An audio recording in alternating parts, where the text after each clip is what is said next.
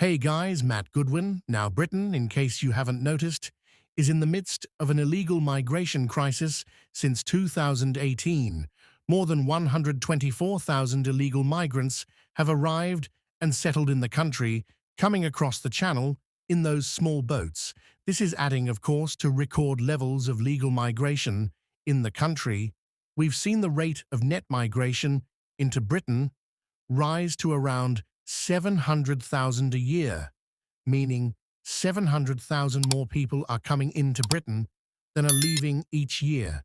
And all of these trends are really going to accelerate in the years ahead. Even the government's own estimates suggests that by the year 2036, which is really not that far away, some 6.5 million people are going to be migrating into Britain, 6.1 million of those because of migration. Migration is going to represent more than 90% of all population growth here in Britain. So this is an enormous issue right now. What I want to talk about today is Labour's approach to illegal migration. All those small boats, all of the illegal migrants entering the country, lots of people out there really concerned about this. It was the number one reason why Reform Party voters left the Conservatives and some left the Labour Party for Nigel Farage and Reform. Stopping the small boats was their top priority. Now, what has Keir Starmer and his new Labour government said about this?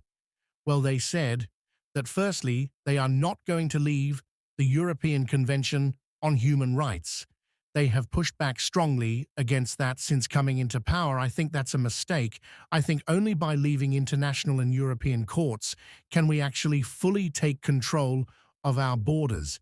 And can we also, by the way, deport foreign criminals, rapists, murderers, and so forth out of the country? Labour said they're not going to do that. That's going to limit what we can deliver and what we can't deliver. They've also overturned the Rwanda Act. Now, that was a really big deterrent for would-be migrants. We knew that it was beginning to have an effect because many of those migrants were moving over to Ireland, and many of them were saying that was mainly because they didn't want to end up in Rwanda. Well, that's gone. And then we've had Rishi Sunak Illegal Migration Act, which essentially meant that if you arrived in Britain illegally, you couldn't claim asylum in Britain. You would have to wait here until you went to Rwanda. But Labour have also opposed the Illegal Migration Act, which means essentially what they're going to do is give an amnesty to around 60 to 70,000 illegal migrants in the country because they can't really send them anywhere. So they're going to let them stay in Britain. Now, I would argue what that's going to do is encourage many more people to come across a channel into Britain because they know their chances of being accepted into the system and being given asylum are pretty good if they make that journey. But what we've also seen in recent months is Labour just kind of committing to plans that don't make sense. When it comes to the small boats, they've said that they want to establish a new security border command. Well, we kind of already have that anyway. That's not really going to make a difference. They said they want to smash the gangs, but smashing the gangs is like whack-a-mole. Once you smash one gang, another one is going to emerge. All you need is a torch and a dinghy and maybe a couple of life jackets and you're in business. Yvette Cooper, Labour's Home Secretary, has said she's going to spend more time smashing up nail bars and car washes where many illegal migrants tend to work. But we already saw the Conserve doing that when they were in office. And that didn't really make much of a difference either.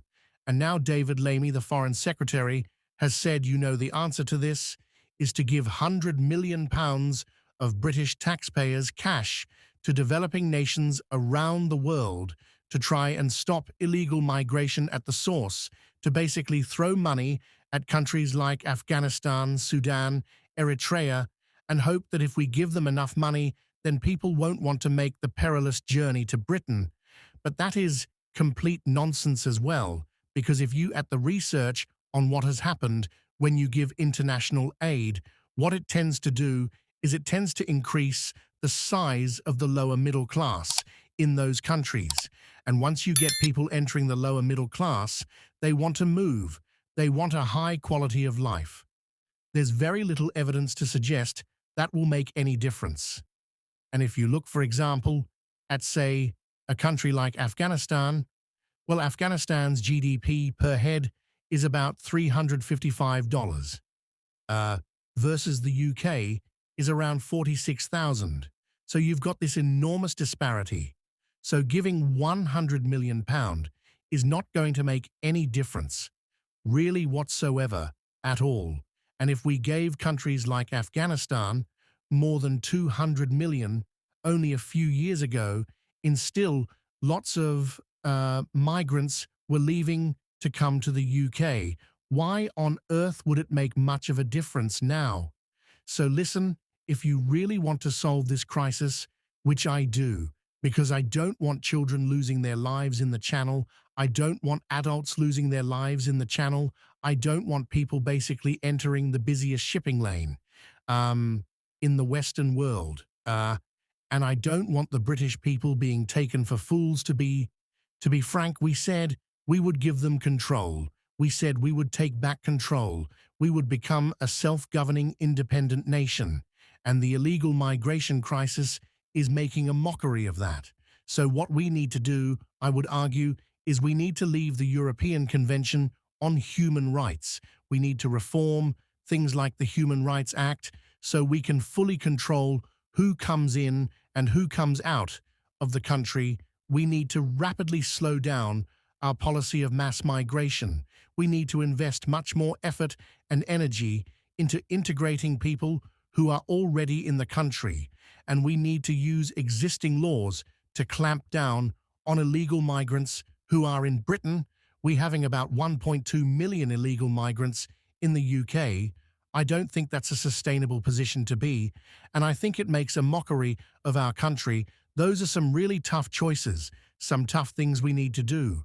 We are also going to need to have a deterrent. If we don't have something like the Rwanda plan, if we don't have a sort of third country processing center where people know they will be sent, if they arrive in Britain illegally, we're not going to discourage people from entering the country illegally. This is ultimately why we need some kind of deterrent. Most other European countries are coming to that conclusion. I suspect Labour will eventually come to that conclusion. We've already had 3,000 people across the Channel since the Labour government took control. I suspect what's going to happen is they're going to say, you know what?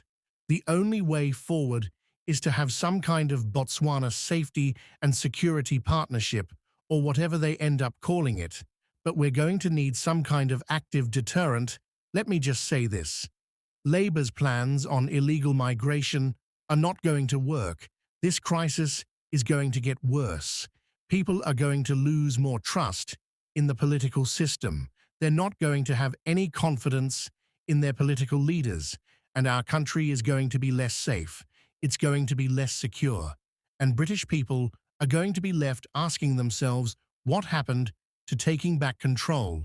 If you think this is interesting, if you agree with my views, join us at mattyggoodwin.edu50 of the United States of America.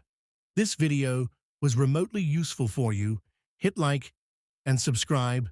Please tell friends and family. Thanks.